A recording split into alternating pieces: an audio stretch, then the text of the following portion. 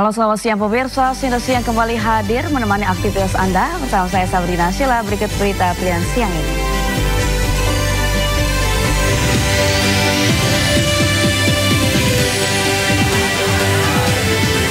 Sebagai bentuk solidaritas, masa gelar aksi mendukung grup musik Sukatani.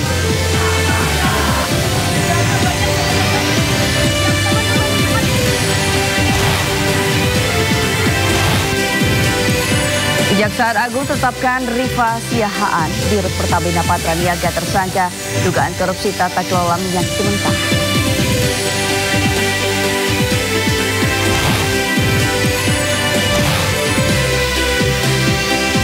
Jelang Ramadan, harga cabai rawit di pasaran melonjak hingga Rp100.000 per kilogram.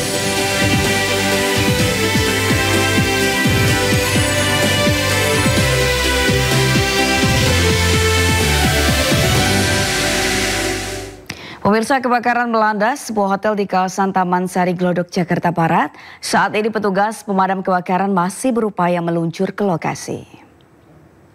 65 Taman Sari. Api membakar sebuah hotel yang berada di kawasan Taman Sari Glodok, Jakarta Barat. Asap membumbung dari lantai 2 atau 3 Hotel 101 Urban. Dinas pemadam kebakaran telah meluncur ke lokasi untuk memadamkan api dengan 65 Taman Sari, Harko Glodok. Dengan menerjunkan 115 personel dan 23 mobil damkar. Belum diketahui penyebab kebakaran di hotel yang berada di Taman Sari Glodok ini. Sementara hingga kini tidak ditemukan adanya korban.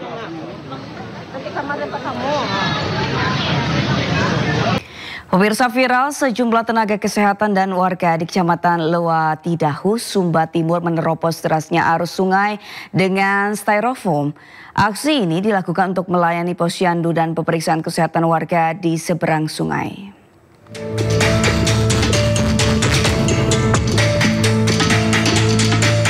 Viral di media sosial, sejumlah tenaga kesehatan dan warga berupaya menyeberangi sungai berarus deras di Desa Mundulambi, Kecamatan Lewatidahu, Sumba Timur, Nusa Tenggara Timur dengan styrofoam. Nakes perempuan duduk di atas rakit yang terbuat dari styrofoam bekas, yang kemudian ditarik oleh warga dan nakes pria. Para nakes berjuang menyeberangi sungai untuk melayani posyandu dan pemeriksaan kesehatan warga di seberang sungai. Kadang para nakes terpaksa menyeberangi sungai dengan basah-basahan dan memikul peralatan medis di atas kepala. Situasi ini sudah terjadi sejak tahun 2012 silam, ketika di wilayah Kecamatan Lewatidahu dibangun puskesmas. Saat musim kemarau bisa diseberangi dengan motor untuk langgar ke sebelah. Tetapi pada musim hujan kami, kalau air tidak terlalu dalam, kami bisa langgar dengan jalan kaki, air sebatas dada atau sebatas leher. Sedangkan kalau airnya terlalu dalam, kami minta bantuan kepada masyarakat, salah satunya dengan bantuan rakit. Warga dan petugas kesehatan menaruh harapan agar situasi ini bisa berubah menjadi lebih baik. Dari Sumba Timur NTT, Dion Umbu Analodu, iNews melaporkan. Pengadilan Militer 208 Jakarta kembali menggelar sidang lanjutan kasus penembakan pos rental mobil di rest area tol Tangerang Merak. Sidang ketiga ini diagendakan memeriksa 9 saksi, namun 1 saksi berhalangan hadir.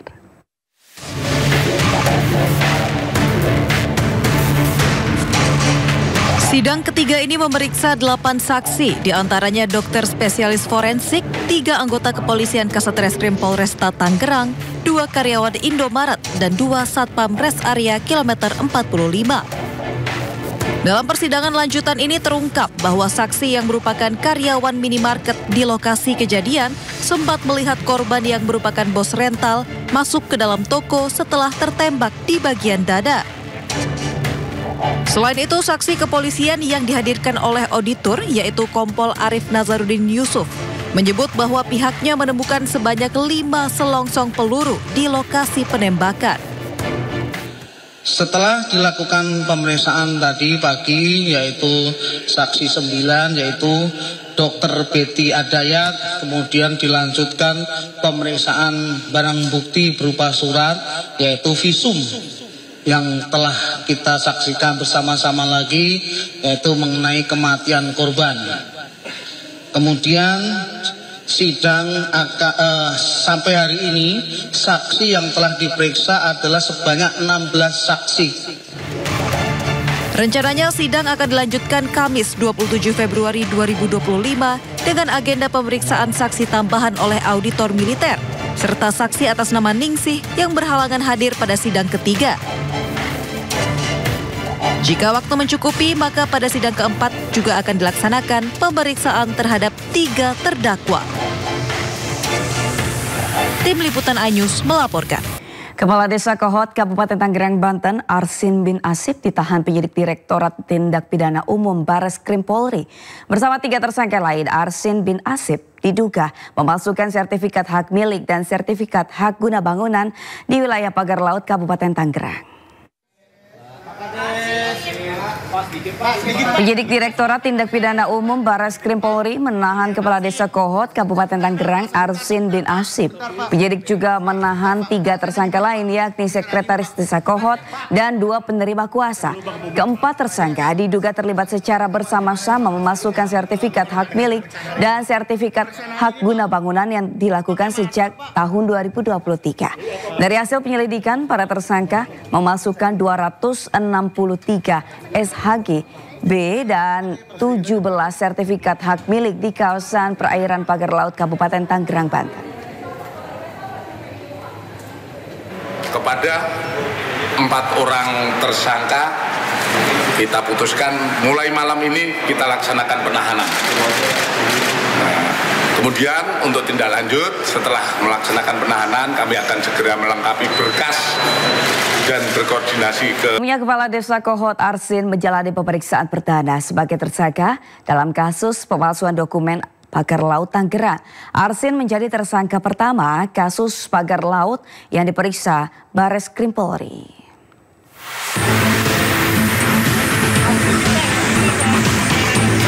Kepala Desa Kohot Arsin, tersangka kasus pemalsuan dokumen sertifikat Pagar Laut Tangerang, tiba di gedung Bareskrim Polri Jakarta Selatan Senin siang. Didampingi kuasa hukumnya, Arsin hadir untuk memenuhi panggilan pemeriksaan pertama usai ditetapkan sebagai tersangka oleh penyidik Direktorat Tindak Pidana Umum Bareskrim Polri. Mau pakai masker, Pak? Iya, Pak, konfirmasi, Pak. Namun saat ditanya oleh awak media perihal kasus yang menjeratnya, Arsin tak bergeming dan enggan berkomentar sepatah kata pun. Oke aja ya. Iya, Pak. Bahwa hari ini kami hadir di sini menunjukkan kooperatif ya. Berarti kooperatif, kita ikuti aturan yang mekanisme yang ada. Segera cukup ya.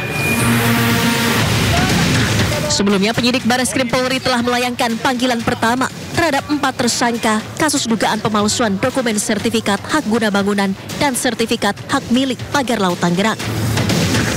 Kepala Desa Kohot Arsin menjadi yang pertama memenuhi panggilan penyidik Bareskrim Polri. Dari Jakarta, Rizky Falufi, iNews melaporkan. Kabar pemecatan vokalis grup band Sukatani Novi Citra dari pekerjaannya sebagai guru usai lagu yang mengkritik institusi Polri viral.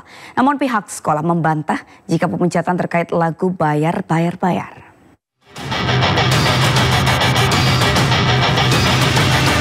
Sukatani band asal Purbalingga menarik lagu Bayar di sebuah platform pemutar musik. Usai videonya viral dan meminta maaf kepada institusi Polri. Viralnya lagu Bayar juga berujung pada pemecatan vokalis band Sukatani Novi Citra Indriati alias Twister Angel dari pekerjaannya sebagai guru di Sekolah Dasar Islam Terpadu Mutiara Hati di Desa Kelampok, Kabupaten Banjarnegara, Jawa Tengah. Meski demikian, pihak sekolah membantah pemecatan Novi dilakukan imbas dirilisnya lagu yang mengkritik institusi Polri, melainkan karena pelanggaran kode etik terkait syariat Islam. Ditemukanlah pelanggaran di kode etik seperti itu, sehingga yayasan itu mengeluarkan surat pemberhentian di tanggal 6 Februari hari Kamis seperti itu. Kode etik yang dilanggar adalah tentang pelanggaran syariat Islam. Nah, di situ di poin 1 memang berbunyi pelanggaran syariat Islam itu menjadi dasar seorang karyawan guru itu ya di lembaga kami, di yayasan kami maksudnya, itu memang mendapatkan sanksi berupa PHK seperti itu. Sementara itu, Menteri Hak Asasi Manusia Natalius Pigai menyatakan saat ini Kementerian HAM tengah mengecek kebenaran informasi dugaan pemecatan vokalis band Sukatani Novi Citra sebagai guru.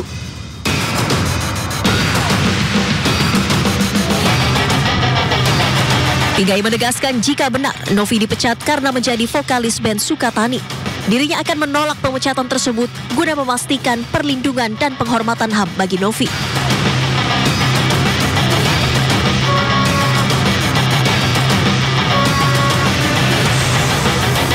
Selanjutnya, Menteri HAM mempersilahkan Novi untuk melaporkan pemecatan tersebut kepada kantor wilayah Jawa Tengah maupun langsung ke kantor pusat Kementerian HAM.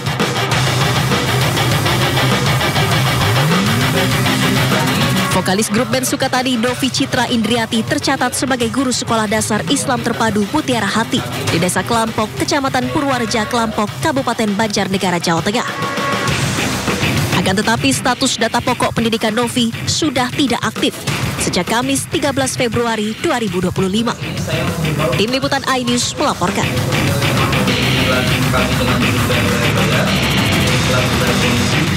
Sejak dipecat sebagai guru di Sekolah Dasar Islam Terpadu STIT Mutiara Hati, vokalis band Sukatani Novi Citra Indriati alias Twister Angel mendapat tawaran mengajar dari Bupati Purbalingga.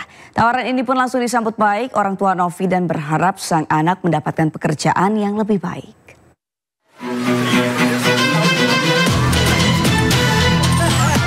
Bupati Purbalingga Fahmi Muhammad Hanif menyatakan siap menerima Novi Citra Indrianti, vokalis band Sukatani yang dipecat akibat kontroversi lagu berjudul Bayar Bayar Bayar. Ia menawarkan Novi untuk kembali mengajar dan mengabdi di sejumlah sekolah di Kabupaten Purbalingga. Hanif menyatakan keinginannya untuk merangkul Novi melalui akun Instagram pribadinya. Dengan tangan terbuka, siap menerima Mbak Novi jika Mbak Novi berkenan untuk mengabdi di sekolah di Kabupaten Purbalingga. Insya Allah saya selaku pemerintah Kabupaten Purbalingga siap memfasilitasi dan siap mensupport. Tawaran Bupati Purbalingga ini pun mendapat sambutan positif dari keluarga Novi. Orang tua Novi sendiri baru mengetahui sang anak viral setelah diberitahukan oleh kerabatnya. Ya, semoga harapan saya sebagai orang tua dari Novi, anak saya, mudah-mudahan Bapak Bupati bisa membantu anak saya setelah ada kejadian kayak gini, mudah-mudahan kedepannya lebih baik dan bisa mengangkat desa kami tempat tinggal. Oh, ada orang guru ini jadi gini, jadi lebih baik lah. Ya monggo persilakan, mudah-mudahan jadi ASN atau guru di mana saya orang tua yang mendukung sepenuhnya. Sebelumnya kontroversi lagu Bayar Bayar Bayar milik band Sukatani berimbas diberhentikannya Novi Citra Indrianti, vokalis band Sukatani dari posisinya sebagai guru. Kepala sekolah menilai Novi melanggar kode etik di sekolah tempatnya mengajar. Dari Purbalingga, Jawa Tengah, Catur Edi Purwanto melaporkan. Sejak lagunya viral, band Sukatani mengunggah video permohonan maaf kepada Polri, namun disayangkan banyak warganet. Warganet menganggap permintaan maaf yang disampaikan menjadi simbol anti kritik institusi Polri. Assalamualaikum warahmatullahi wabarakatuh. Pada hari ini, Kamis tanggal 20 Februari 2025, perkenalkan saya Muhammad Sufa Alusti dengan nama panggung Electro Guys selaku gitaris. Dan saya Novi Citra Indriati, nama panggung Twister Angel selaku vokalis. Dari grup band Sukatani, memohon maaf yang sebesar-besarnya kepada Bapak Kapolri dan institusi Polri atas lagu ciptaan kami dengan judul lagu Bayar Bayar Bayar. Sejak lagunya viral, band Sukatani diduga mengalami intimidasi dari oknum polisi yang meminta mereka untuk menarik lagunya serta membuat video permintaan maaf. Video klarifikasi personil band Sukatani yang berisi permohonan maaf kepada institusi kepolisian ramai di jagat maya. Personel band yang biasanya tampil dengan menutup muka tersebut juga telah menarik video dari berbagai platform pemutaran musik. Permohonan maaf personil band Sukatani disayangkan banyak warganet yang menganggap permintaan maaf yang disampaikan menjadi simbol anti kritik institusi Polri. Tagar kami bersama Sukatani juga ramai digaungkan di sejumlah media sosial. Sementara itu, Mabes Polri menegaskan bahwa polisi tidak anti kritik. Polri justru sering mengundang aktivitas seni untuk menyampaikan tema kritikan untuk polisi.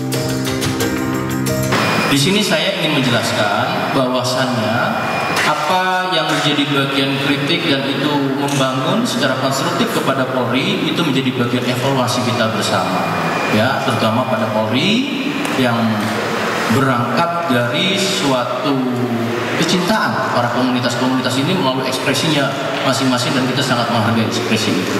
Artinya saat ini juga sudah dijelaskan oleh Polda Jawa Tengah, dan semuanya ini sudah sampai pada penjelasan oleh Polda Jawa Tengah, dan kemudian ini juga bagian daripada tadi penjelasan bahwasanya Polri pada prinsipnya tidak anti kritik. Kini polisi telah memeriksa 4 personil dari Ditres Cyber Polda Jawa Tengah. 4 personil yang diperiksa ini diduga menemui personel band Sukatani sebelum beredarnya video klarifikasi. Dalam unggahan di akun media sosialnya, Div Propam Polri juga menjamin perlindungan dan pengamanan terhadap 2 personel band Sukatani. Tim Liputan Aidus melaporkan. Aksi dukungan untuk band Sukatani digelar di alun-alun Purbalingga, Jawa Tengah. Dalam aksi tersebut mereka menyanyikan lagu Bayar Bayar Bayar yang viral di media sosial. Bayar polisi, cukup penjara. Bayar polisi, aduh, utang punya uang untuk bisa bayar polisi. Masa yang tergabung dari berbagai aliansi menyanyikan lagu Bayar Bayar Bayar milik band Sukatani yang viral di media sosial. Aksi yang digelar di alun-alun Purbalingga ini sebagai bentuk solidaritas terhadap band Sukatani yang diduga mendapat intimidasi dari polisi.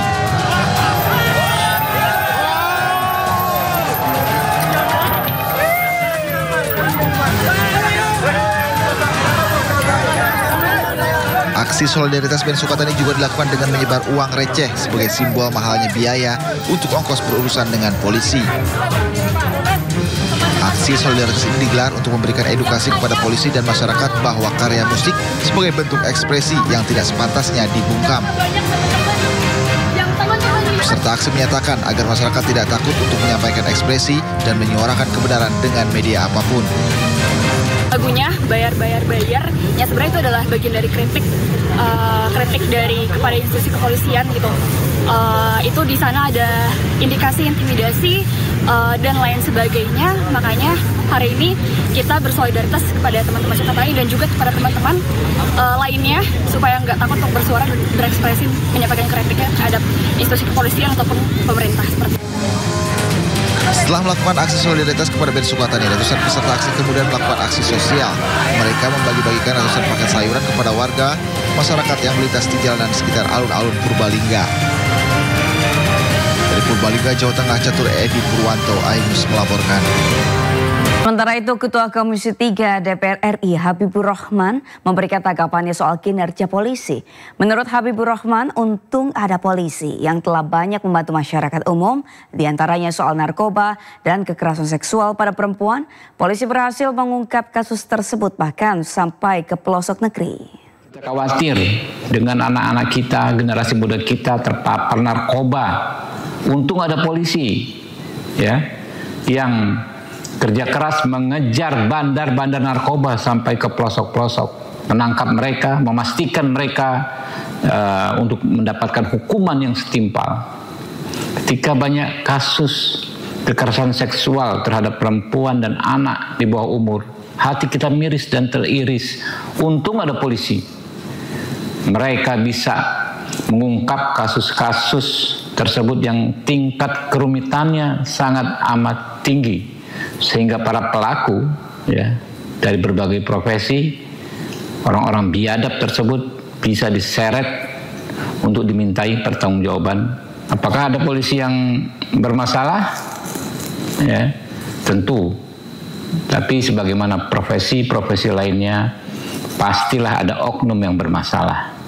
Dan Propam Polri ya kita lihat sudah bisa bertindak tegas ya, menyikapi polisi-polisi yang bermasalah tersebut.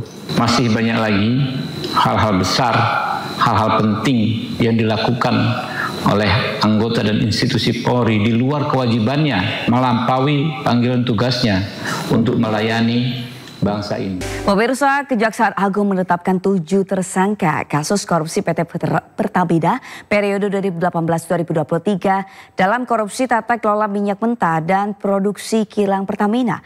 Tersangka Rifa Siahaan selaku Direktur Utama PT Pertamina Patraniaga bersama 6 tersangka lain melakukan korupsi dan merugikan negara hingga 193,7 triliun rupiah. 7 orang tersangka, 4 diantaranya merupakan pegawai Pertamina ditetapkan sebagai tersangka oleh Kejaksaan Agung, sementara 2 lainnya pihak swasta. Kasus bermula di periode tahun 2018 saat PT Pertamina diwajibkan mencari pasokan minyak bumi yang berasal dari kontraktor dalam negeri. Peraturan tersebut dimanfaatkan para pelaku untuk mengambil keuntungan dengan melakukan persekongkolan yang membuat produksi minyak dalam negeri tidak terserap. Para pelaku berdalih minyak produksi dalam negeri tidak sesuai spesifikasi sehingga harus melakukan impor. Dampaknya harga jual minyak di masyarakat mahal dan pemerintah menanggung kerugian 193,7 triliun rupiah. Dan dari hasil pemeriksaan terhadap beberapa orang tersebut yang dilakukan oleh penyidik, maka penyidik berketetapan menetapkan 7 orang saksi menjadi tersangka. Dan penyidik juga pada jajaran Jampitsus berketetapan melakukan malam hari ini menetapkan 7 orang sebagai tersangka. Untuk memenuhi kebutuhan dalam negeri, maka kilang Pertamina Internasional melakukan impor minyak mentah dan PT Pertamina Patraniaga melakukan impor produk kilang. Adanya beberapa perbuatan melawan hukum tersebut telah mengakibatkan adanya kerugian keuangan negara sekitar 197 triliun. Investri Adrian Gunadi yang menjadi buronan polisi terkait kasus dugaan tindak pidana sektor jasa keuangan terlihat menghadiri balap E1 Series di Doha, Qatar. Kehadiran Adrian Gunadi di arena balap E1 di Qatar terlacak dari unggahan foto akun Instagram resmi CEO CTA International Investment Holding Amir Ali Salemizadeh. ZTA International Investment Holding merupakan grup investasi finansial internasional yang berbasis di Qatar sekaligus investor seri D pendanaan Investri. Pendanaan melalui Investri Singapore PTA Ltd yang diumumkan Adrian Gunadi pada Oktober 2023 senilai lebih dari 220 juta euro atau sekitar 3,7 triliun rupiah. Adrian masuk DPO dalam kasus dugaan gagal bayar perusahaannya. Sempat beredar luas foto-foto Adrian Gunadi menghilang dari akun Amir Ali Salemizadeh. Setelah sempat menunda, Kepala Daerah dari PDI Perjuangan hadiri retret di Akmil Magelang. Kader PDIP Masinton Pasaribu menyebut tidak masalah dengan kehadiran 90% sebagai syarat kelulusan retret Kepala Daerah.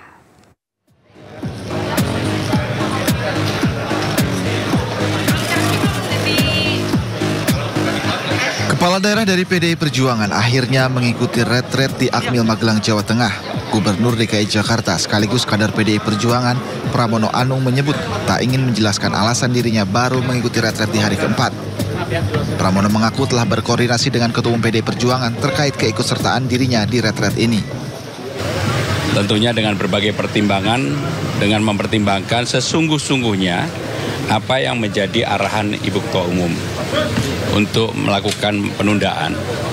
Dan secara khusus saya juga ingin mengucapkan terima kasih atas kesabaran semuanya, terutama kepada Bapak Menteri Dalam Negeri, Pak Wakil Menteri, dan semuanya yang setelah 4 hari lebih ini kita baru mengikuti retreat ini. Sementara itu Bupati Tapanuli Tengah yang juga kader PDI Perjuangan Masinton Pasaribu mengatakan tak ingin ambil pusing dengan syarat kelulusan mengikuti retret yang telah ditetapkan Menteri Dalam Negeri. Masinton menyebut retret ini bukanlah sekolah. Bang, katanya kalau misalkan nggak 90% hadir ini sertifikatnya nggak lulus, nih tanggapannya gimana nih? Ini kan bukan sekolah.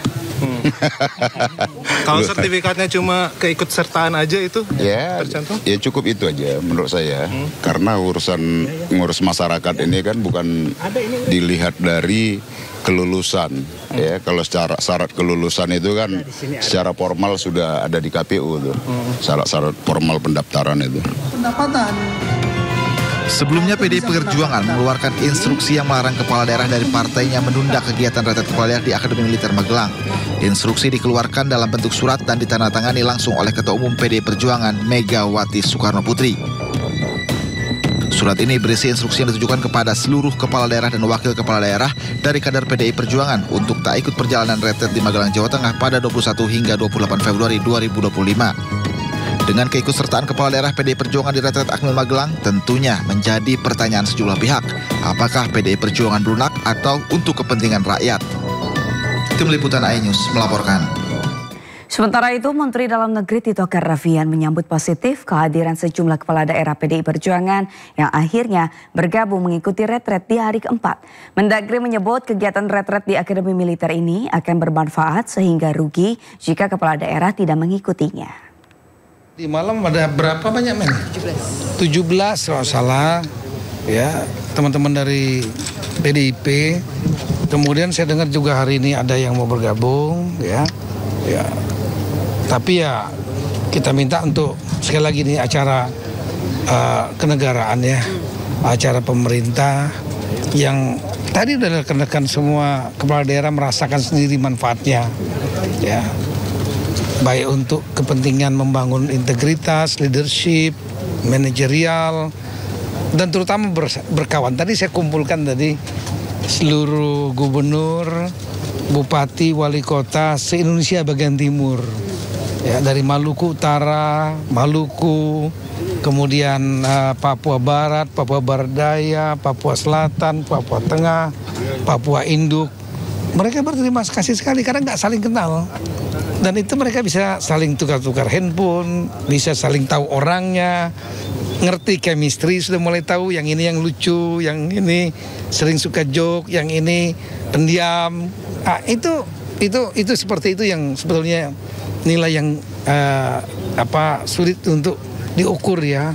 Nah kalau yang nggak ada ya rugi mereka, kehilangan kesempatan seperti ini. Ya silakan bergabung aja.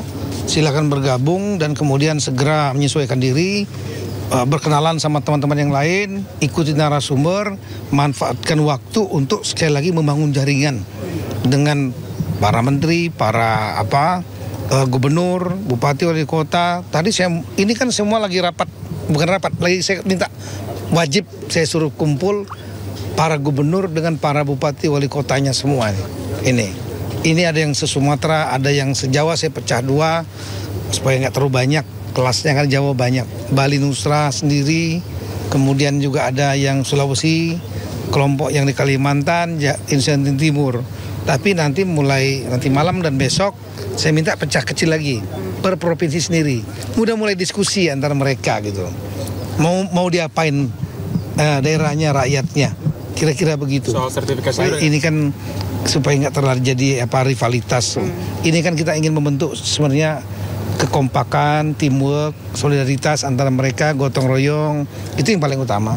Jadi kalau saya buat seperti itu nanti yang terjadi nanti rivalitas nanti. Hari kelima retret di Akademi Militer Magelang, Jawa Tengah kian bertambah ramai dengan bergabungnya kepala daerah yang merupakan kader PDIP. Hari ini para kepala daerah belajar hukum dan mendapatkan materi dari Ketua KPK, Jaksa Agung hingga Kapolri. Memasuki hari kelima, retret kepala daerah dihadiri oleh Ketua KPK, Jaksa Agung hingga Kapolri. Para pimpinan institusi hukum ini akan memberikan materi kepada kepala daerah. Sebelum mengikuti pengarahan materi, para kepala daerah mengawali hari dengan apel pagi dan ibadah. Peserta retret pun jumlahnya bertambah dengan bergabungnya kepala daerah yang merupakan kader PDIP.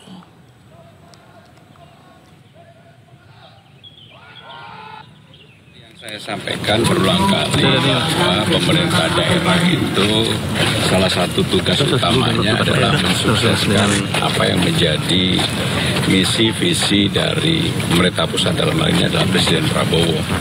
Maka saya betul-betul di dalam acara retreat ini saya selalu datang lebih awal, nggak pernah terlambat, walaupun terlambat datangnya, tetapi saya memahami bahwa saya memerlukan juga refreshing, walaupun dulu acara-acara mohon maaf seperti ini kan saya semua yang nyiapin, sekarang menjadi bagian dari peserta.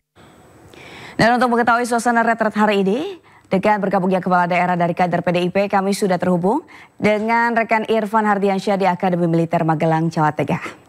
Ya Irfan, apakah kegiatan dan agenda retret hari ini? Silakan laporan Anda. Ya baik, terima kasih Sabrina dan juga pemirsa, dapat kami sampaikan bahwa untuk update terkini ataupun perkembangan terkini di hari kelima retreat yang dilakukan di Akmil Magelang, Jawa Tengah, untuk pada hari ini para kepala daerah sudah memasuki ataupun mengikuti pemaparan yang dilakukan oleh beberapa menteri, di mana pada saat ini sedang dilakukannya pemaparan oleh Menteri Menko Pemberdayaan Masyarakat yakni Mohaimin Iskandar, di mana pada pemaparan yang disampaikan pada hari ini meliputi Astacita keempat, di mana yang di dalamnya ini memperkuat pembangunan SDM, kemudian sains dan teknologi, pendidikan, kesehatan, serta pemberdayaan perempuan, penguatan pemuda dan penyandang disabilitas. Dan tentunya dapat kami sampaikan juga bahwa untuk retreat di hari kelima ini kami melihat beberapa kepala daerah yang memang dari kader PDIP, di mana tadi kami melihat ada nama Pramono Anung yang merupakan Gubernur Jakarta, kemudian ada Masinton Pasaribu dan Agustina Wilujeng yang merupakan Wali Kota Semarang. Dan tadi tepat pada pukul 7 para kepala daerah ini memulai dengan olahraga, kemudian dilanjutkan dengan apel pagi, yang kemudian dilanjutkan pada pukul 7.30 ini dilakukannya pembekalan yang dilakukan oleh beberapa menteri. Dan tentunya untuk hari ini ada beberapa menteri yang memang akan memberikan pemaparan. Di belakang kami ini merupakan ruang Sudirman, di mana tempat kepala daerah ini mendapatkan materi yang disampaikan secara langsung oleh menteri-menteri. Dan tentunya untuk pada hari ini ada nama beberapa menteri yang memang akan mengisi ataupun memberikan materi, diantaranya Menteri Koordinator Bidang Pembangunan Manusia dan Kebudayaan, kemudian juga Menteri Kesehatan, Menteri PPA, kemudian juga ada Menteri Pertanian, Menteri Pendidikan Dasar dan Menengah, dan Menteri Komunikasi dan Digital. Dan tentunya pada siang hari nanti pukul 13.30 ini akan dilanjutkan dengan Astacita kelima, di mana ada nama Menteri Menko Pangan, kemudian Menteri Investasi dan Hilirisasi, kemudian Menteri ESDM, yang selanjutnya dia ada Menko Pemberdayaan Masyarakat, serta Menteri Desa dan juga Menteri UMKM. Dan tentunya hingga per hari ini ataupun memasuki retreat di hari kelima, para kepala daerah ini terlihat sangat antusias untuk mengikuti berbagai kegiatan yang memang dilakukan di Akmil Magelang, Jawa Tengah. Sabrina. Baik, terima kasih Irfan Hardiansyah, dan juru kamera Dede Rudi telah melaporkan langsung dari Akademi Militer Magelang, Jawa Tengah. Selamat kembali bertugas.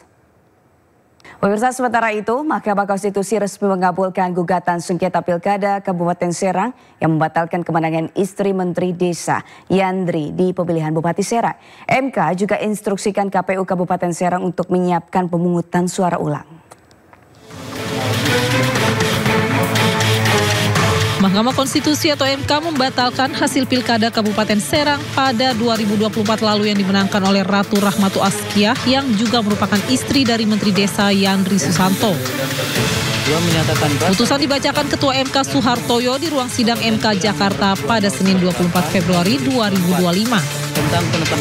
Dalam pertimbangannya, MK berpendapat ada unsur keterlibatan struktur aparat pemerintahan di desa yang sangat berkaitan erat dengan tindakan atau perbuatan baik sengaja maupun tidak, yang dilakukan oleh Menteri Desa dan Pembangunan Daerah Tertinggal Yandri Susanto dalam kapasitasnya sebagai pejabat negara. Hal ini berimbas pada dukungan masif sejumlah desa yang tersebar di kecamatan di Kabupaten Serang. Dalam pokok permohonan, 1. Mengabulkan permohonan pemohon untuk sebagian. 2. Menyatakan batal keputusan Komisi Pemilihan Umum Kabupaten Serang nomor 2028 tahun 2024 tentang penetapan hasil pemilihan Bupati dan Wakil Bupati Serang tahun 2024 bertanggal 4 Desember 2024.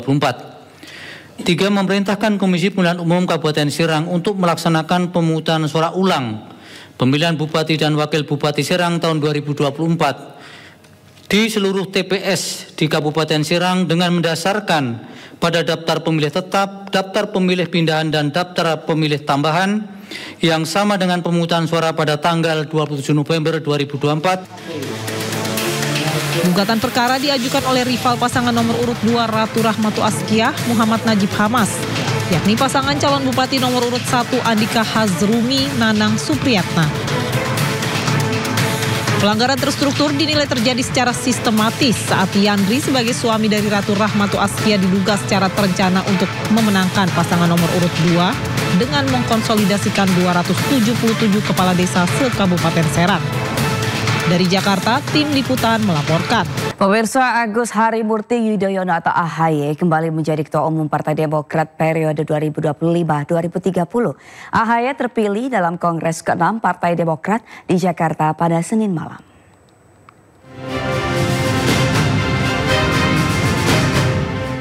Kongres ke-6 Partai Demokrat pada Senin malam digelar di Hotel Ritz-Carlton, Jakarta. Kongres dihadiri jajaran Dewan Pengurus Partai serta Majelis Tinggi Partai. Kongres kali ini menempatkan Agus Harimurti Yudhoyono (AHY) menjadi Ketua Umum Partai Demokrat periode 2025-2030. AHY terpilih secara aklamasi dan menjadi calon tunggal yang memenuhi syarat menjadi Ketua Umum Partai Demokrat. Saya mendapatkan amanah untuk kembali melanjutkan kepemimpinan Partai Demokrat 5 tahun ke depan, masa bakti 2025-2030 secara aklamasi yang Sebelumnya AHY telah memberikan laporan pertanggungjawaban sebagai Ketua Umum Demokrat periode 2020-2025. AHY terpilih setelah pertemuan dengan 38 ketua DPD Partai Demokrat yang mendukung AHY kembali jadi Ketua Umum Partai Demokrat. Selain AHY, Presiden RI ke-6 Susilo Bambang Yudhoyono terpilih kembali menjadi Ketua Majelis Tinggi Partai Demokrat. Dari Jakarta, Sahreza Ade Supriyatna melaporkan. Dewan Pengarah PBI Kami Sulsel yang juga PLT Sekjen DPP Partai Perindo Ade Muhammad Yuslim Patawari menghadiri Rapimnas Pengurus Besar Ikatan Kekeluargaan Mahasiswa Pelajar Indonesia Sulawesi Selatan di Batam. Ade Yuslim Patawari mengajak seluruh pelajar dan mahasiswa untuk bersama membangun bangsa serta bersinergi dengan pemerintah.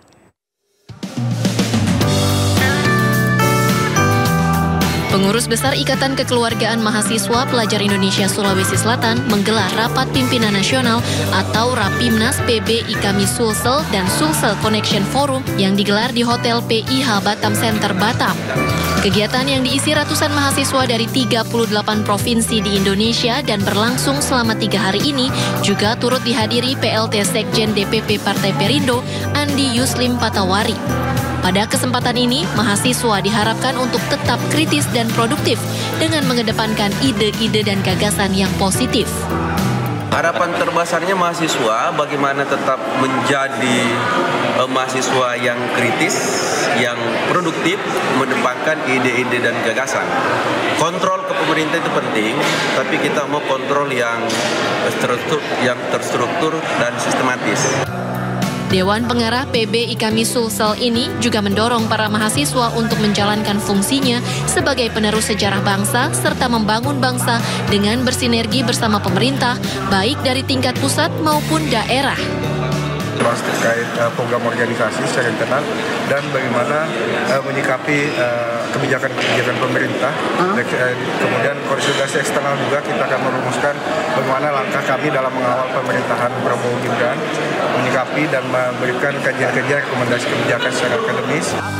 Dalam Rapimnas ini, para pengurus dan mahasiswa yang tergabung dalam IKAMI Sulsel berkomitmen mengawal program-program pemerintah Prabowo Gibran serta terus berkontribusi dalam setiap kebijakan pemerintah.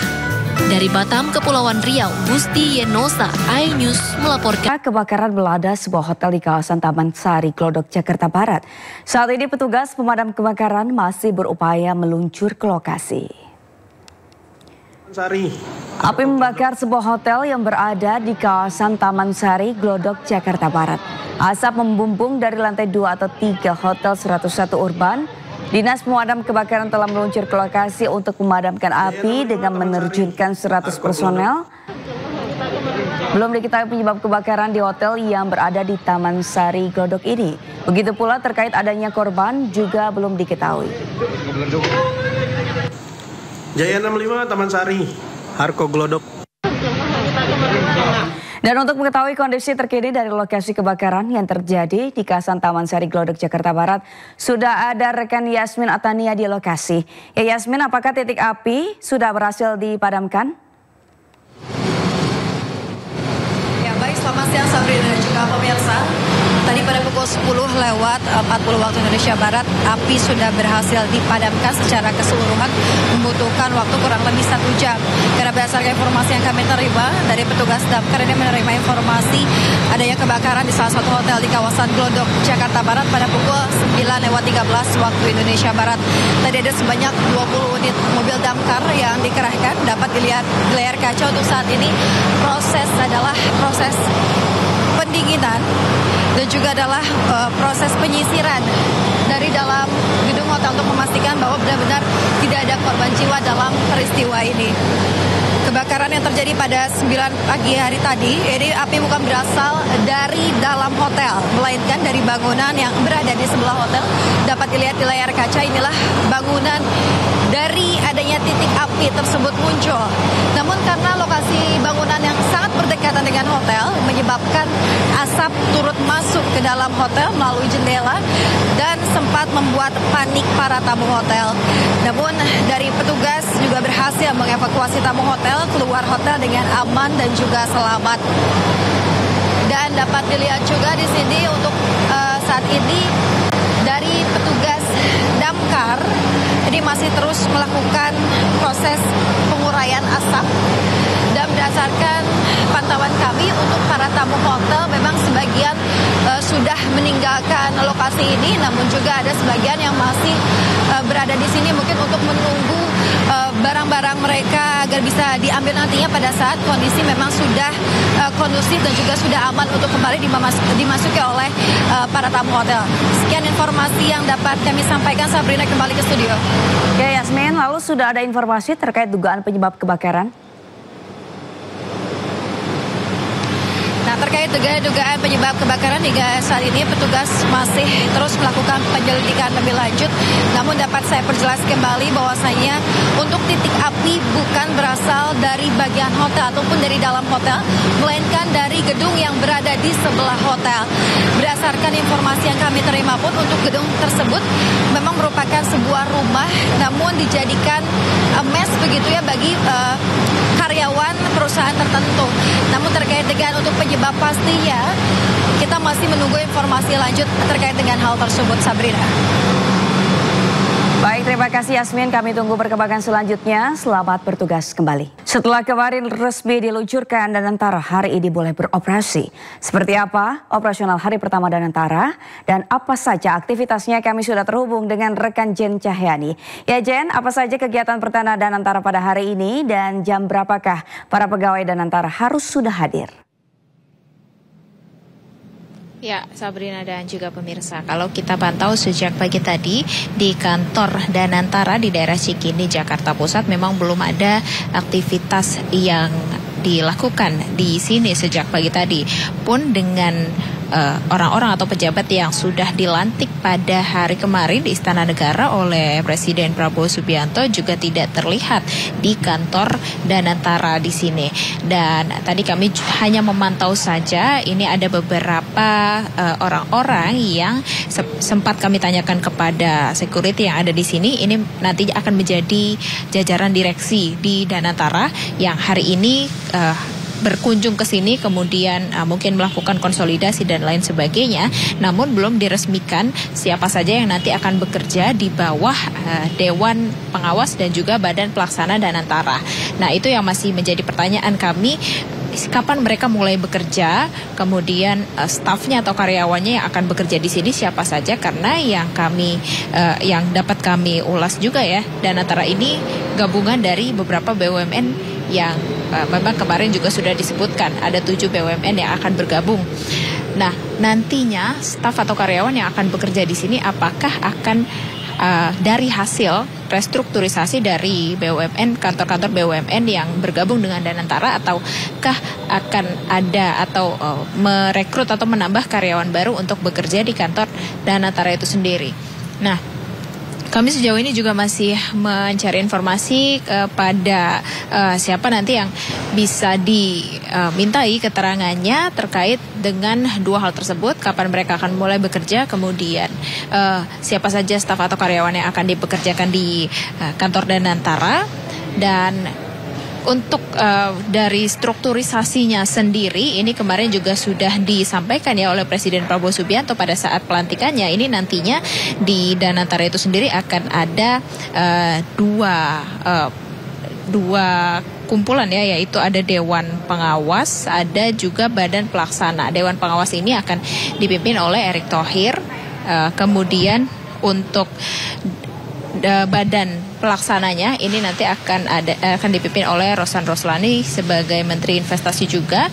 Kemudian nanti dibagi menjadi 2 holding, 2 subholding seperti itu, ada CIO dan juga COO. Nah, ini juga yang kami masih mencari tahu seperti apa nanti 2 holding yang akan bekerja di kantor Danantara secara bersamaan, kemudian bagaimana pengawasannya. Karena kemarin sempat ada isu yang mengatakan kalau Danantara ini tidak akan tersentuh oleh KPK dan juga BPK. Namun kemarin juga ada yang mengkonfirmasi kalau nantinya akan ada akuntan publik yang akan memantau juga bagaimana kelembagaan dari Danantara itu sendiri.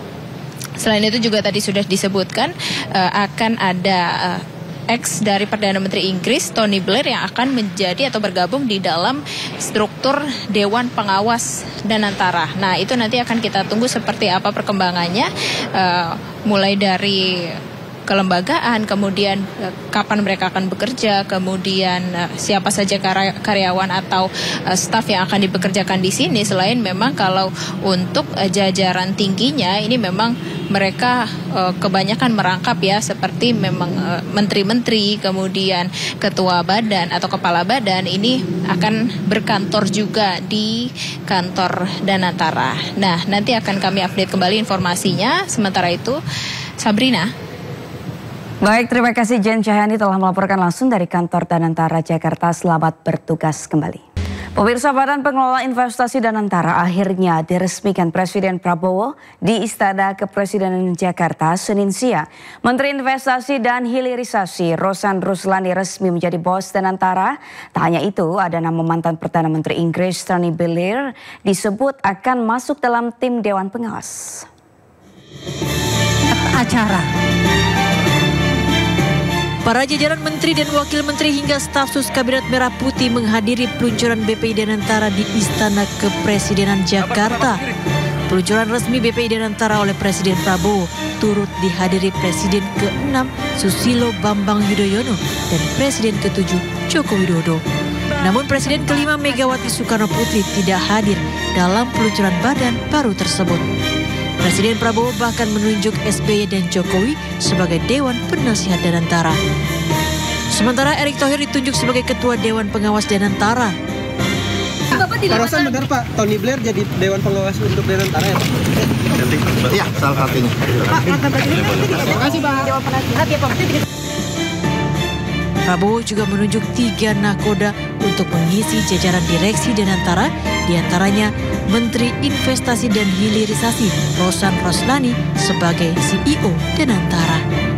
Pano Sahrir ditunjuk sebagai Chief Investment Officer dan Doni Oskaria sebagai Chief Operation Officer. BPI Danantara digadang-gadang akan menjadi super holding BUMN yang akan mengelola dana investasi negara sebesar 200 triliun rupiah untuk investasi proyek berkelanjutan. Karena Danantara Indonesia bukan sekedar sebuah badan pengelola investasi, melainkan harus menjadi instrumen pembangunan nasional yang akan mengoptimalkan cara kita mengelola kekayaan Indonesia. BPI Danantara ditargetkan mengerjakan hingga 20 proyek strategis demi pencapaian pertumbuhan ekonomi Indonesia sebesar 8% dalam 5 tahun ke depan. Diharapkan adanya BPI Danantara bisa memberikan manfaat jangka panjang bagi masyarakat dan meningkatkan kesejahteraan rakyat kecil. Tim Liputan iNews melaporkan. Mantan Perdana Menteri Inggris Tony Blair menjadi salah satu Dewan Pengawas Danantara. Hal ini dikonfirmasi langsung oleh CEO Danantara, Rosan Luslani.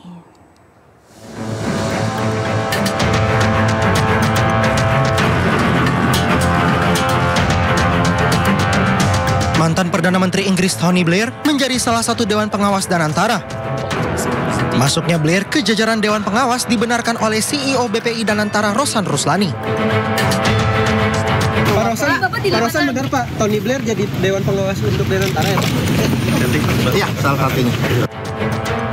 Tony Blair yang memiliki nama lengkap Sir Anthony Charles Linton Blair lahir di Edinburgh, Skotlandia pada 6 Mei 1953 dan merupakan pengacara lulusan Universitas Oxford.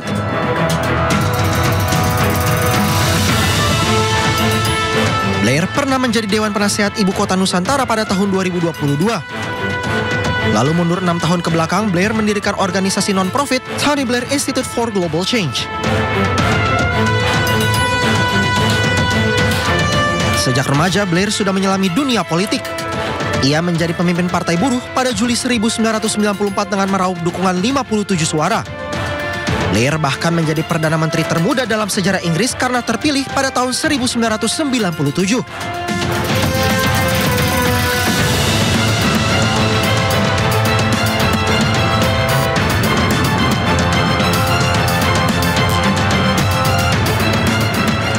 Penunjukan Tony Blair ini diharapkan dapat memperkuat posisi Danantara sebagai lembaga pengelola investasi strategis Indonesia. Pemirsa, mahasiswa yang bergabung dalam Aliansi Gerakan Mahasiswa Cirebon menggelar demo menolak pembentukan Badan Pengelola Investasi Danantara karena dianggap tidak menguntungkan masyarakat. Dalam aksinya, mahasiswa mengkritik pembentukan Danantara karena berpotensi memicu keresahan di masyarakat. Selain itu, Inpres nomor 1 tahun 2025 dianggap tidak memberikan manfaat bagi rakyat dan justru memperburuk kondisi kehidupan masyarakat. Sejak awal pembentukan, BPI Danantara menuai polemik. Dengan berpayung Undang-Undang BUMN, maka Danantara tidak bisa diaudit oleh BPK dan KPK. BPK dan Badan Pengawas Keuangan dan Pembangunan atau BPKP hanya dapat memeriksa jika ada permintaan DPR atau pemeriksaan dengan tujuan tertentu. Usai beroperasi, mahasiswa membubarkan diri secara tertib.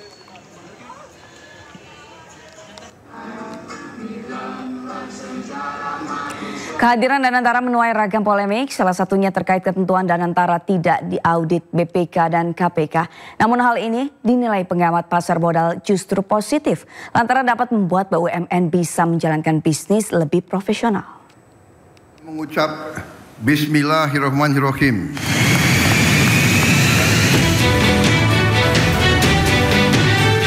Badan Pengelola Investasi Daya Anagata Nusantara atau BPI Danantara akhirnya resmi diluncurkan pada hari Senin 24 Februari 2025. Lembaga ini akan mengelola 7 badan usaha milik negara atau BUMN, termasuk bank blue chip yaitu PT Bank Mandiri Persero Tbk, PT Bank Rakyat Indonesia Persero Tbk, dan PT Bank Negara Indonesia Persero Tbk, serta perusahaan tambang di bawah holding Mind ID. Adapun BPI Danantara akan mengelola aset BUMN senilai $900 miliar atau di atas 14.000 triliun rupiah. Menurut Presiden Prabowo, Danantara solusi strategis dan efisien BUMN. Dengan total aset lebih dari $900 miliar, Danantara akan menjadi salah satu SWF terbesar di dunia. Dana awal yang diinvestasikan sebesar $20 miliar dan akan menyasar kurang lebih 20 proyek strategis khususnya hilirisasi nikel, bauksit, kilang minyak, pangan, aquakultur, serta energi hijau. Namun salah satu polemik besar kehadiran Danantara adalah Danantara yang tidak bisa diaudit BPK dan KPK yang dikhawatirkan berisiko melemahkan penegakan hukum. Dalam belit baru, pemeriksaan laporan keuangan perusahaan tahunan dilakukan oleh akuntan publik. Menanggapi hal tersebut, pengamat pasar modal Hans Kuis justru menilai kebijakan ini adalah hal yang positif, khususnya untuk pasar modal dan dapat membuat BUMN menjalankan bisnis dengan lebih profesional. Hal ini dikemukakan dalam program Market Buzz Senin 24 Februari 2025. Tapi ada polemiknya lagi nih Pak, tidak bisa diaudit oleh BPK dan juga KPK. Bagaimana Anda melihat Danantara bisa mempertajam internal auditnya nanti? Ya, begini. Ya, kita harus menyadari BUMN kita ya saat ini itu banyak dipimpin oleh putra-putri terbaik bangsa Indonesia. Tetapi selama ini kalau BUMN rugi seringkali diarahkan sebagai kerugian negara. Ya, BPK masuk, KPK masuk.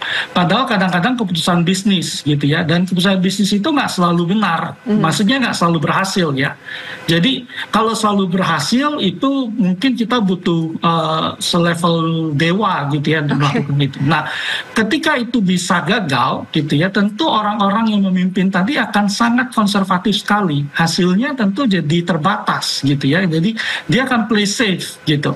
Tetapi yang nakal tetap nakal, yang orang benar itu dia akan play safe di sana. Ini yang menyebabkan tidak bekerja dengan baik. Nah, undang-undang BUMN yang baru itu menyebabkan mereka tetap diaudit, tetapi oleh auditor umum gitu ya. Kita punya auditor besar juga di Indonesia yang reputasinya juga bagus gitu. Jadi sekarang mereka akan melakukan bisnis secara bisnis gitu ya. Tidak lagi dikaitkan dengan kerugian negara. Nah, ini yang tentu menjadi sesuatu nilai tambah bagi Danantara sendiri gitu. Dengan adanya undang-undang baru ini gitu ya, Danantara bisa menjalankan bisnis secara profesional gitu ya, dan diharapkan tidak terpengaruh gitu ya dengan kekhawatiran-kekhawatiran, titipan-titipan yang datang gitu ya, dan ancaman-ancaman yang kalau rugi nanti jadi kerugian negara. Sebagai pemegang saham utama, BP Danantara nantinya juga akan memiliki peran dalam rapat umum pemegang saham tahunan atau RPST yang dijadwalkan mulai berlangsung pada akhir Maret 2025. RPST ini diperkirakan akan membahas perubahan susunan pengurus bank, terutama karena masa jabatan sejumlah direksi berakhir pada tahun ini. Pemirsa, jelang Ramadan harga cabai rawit merah semakin pedas. Di pasaran harga cabai rawit berapus Rp100.000 per kilogram.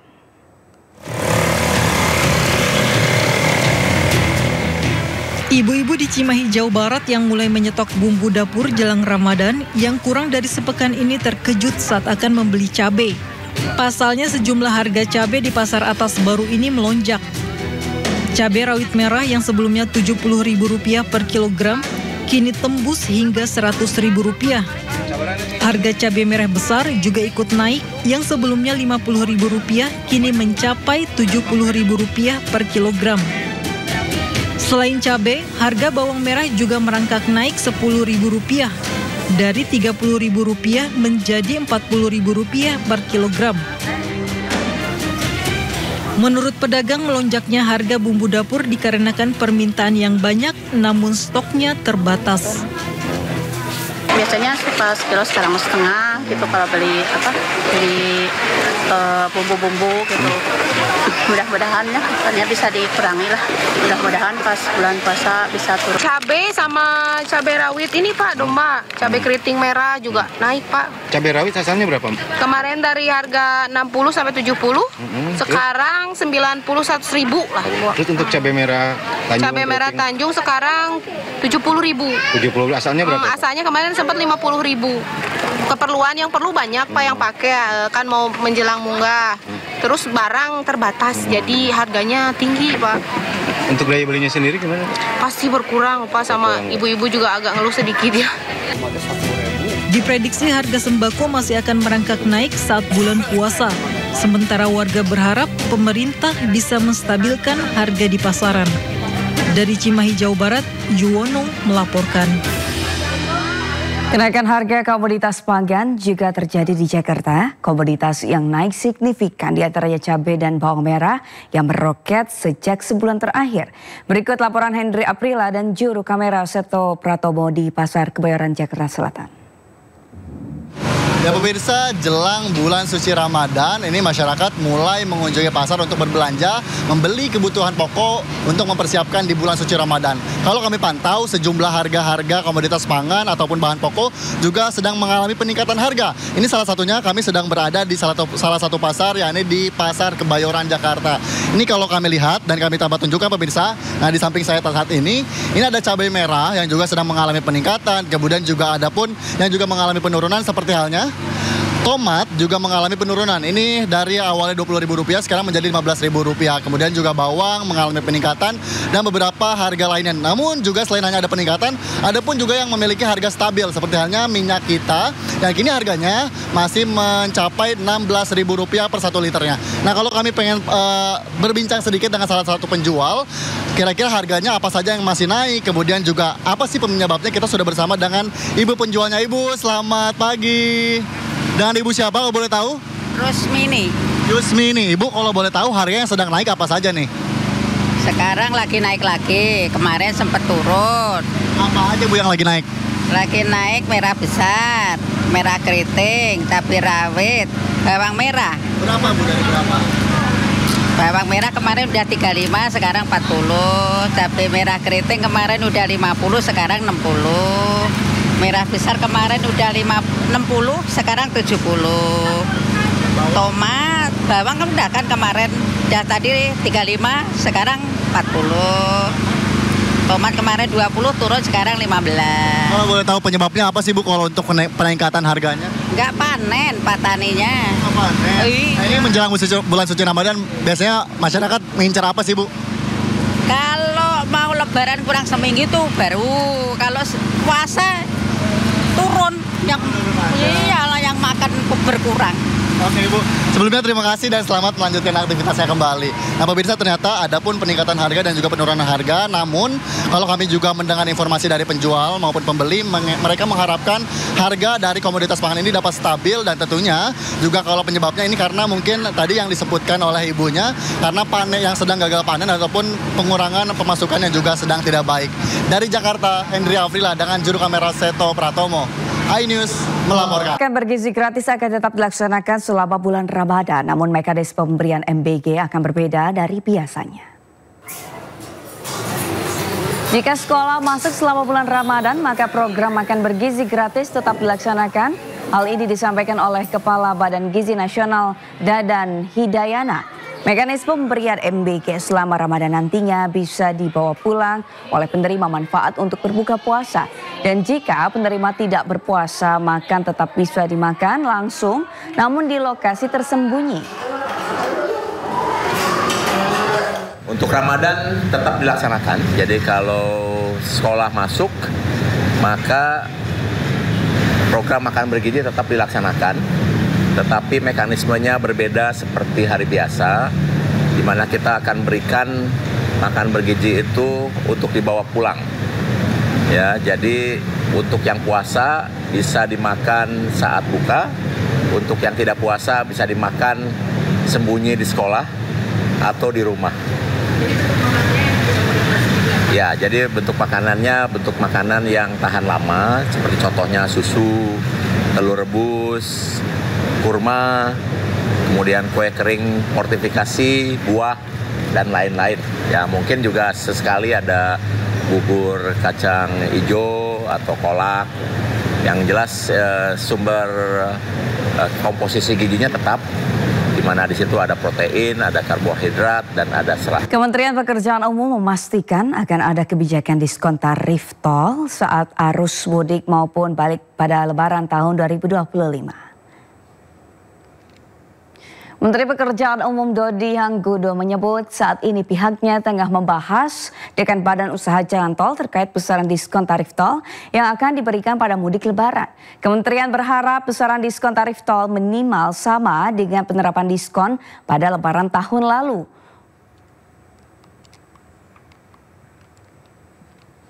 Besarkan kalau gitu kita kasih ini kok, kasih diskon. Cuman saya kan sudah bicara beberapa kali ya.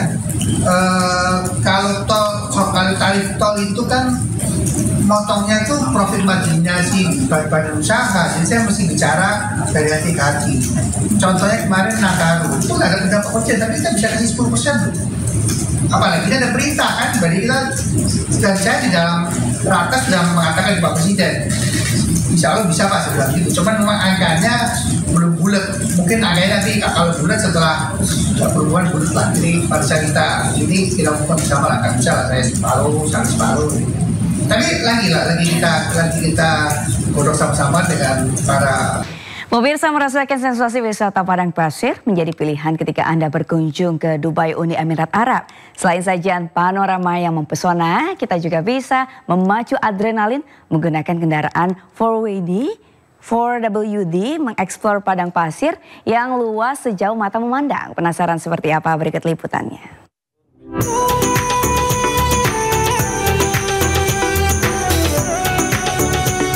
Jalan-jalan ke Dubai tak lengkap rasanya jika tak mencoba wisata gurun pasirnya.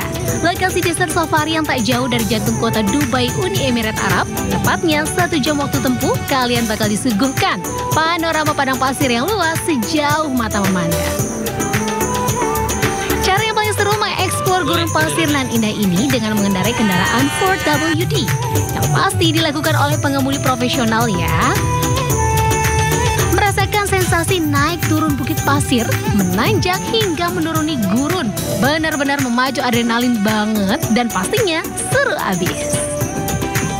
Sambil menunggu matahari tenggelam, kita juga bisa mencoba menunggangi unta. Yang menjadi salah satu kegiatan favorit wisatawan yang datang ke sini. Pengunjung akan diminta bergantian naik unta mengitari satu area yang memang sudah ditentukan. Momen langka di lokasi yang indah ini pastinya dimanfaatkan para pengunjung untuk bersuah foto ataupun mengambil video yang pastinya sangat menarik untuk dijadikan postingan di media sosial. Tadi nyobain kegiatan apa aja nih? Iya, kami tadi melakukan off-road. Iya, off-road dengan menggunakan jeep. Oke. Pasir, Dubai, dan keren. Mantap. Bagaimana tadi perasaannya Bapak Ibu? Keren banget. Pokoknya gaspol, seru. Puas menikmati indahnya panorama gurun pasir, gak lengkap rasanya kalau nggak mencicipi aneka hidangan khas Uni Emirat Arab. Hidangan dan lezat bisa kita santap sambil menyaksikan tarian serta atraksi unik dan seru dari sejumlah wilayah yang ada di sekitar Dubai. Dari Dubai Uni Emirat Arab, tim liputan iNews melaporkan.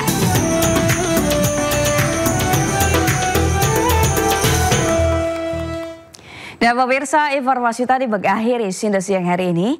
Anda bisa mendapatkan informasi terkini dan terbaru melalui portal yang menghadirkan berita daerah, berita nasional, dan berita internasional lengkap di sindonews.com. Mewakili kerabat kerja yang bertugas, saya Sabrina Sila pamit undur diri. Terima kasih, sampai jumpa.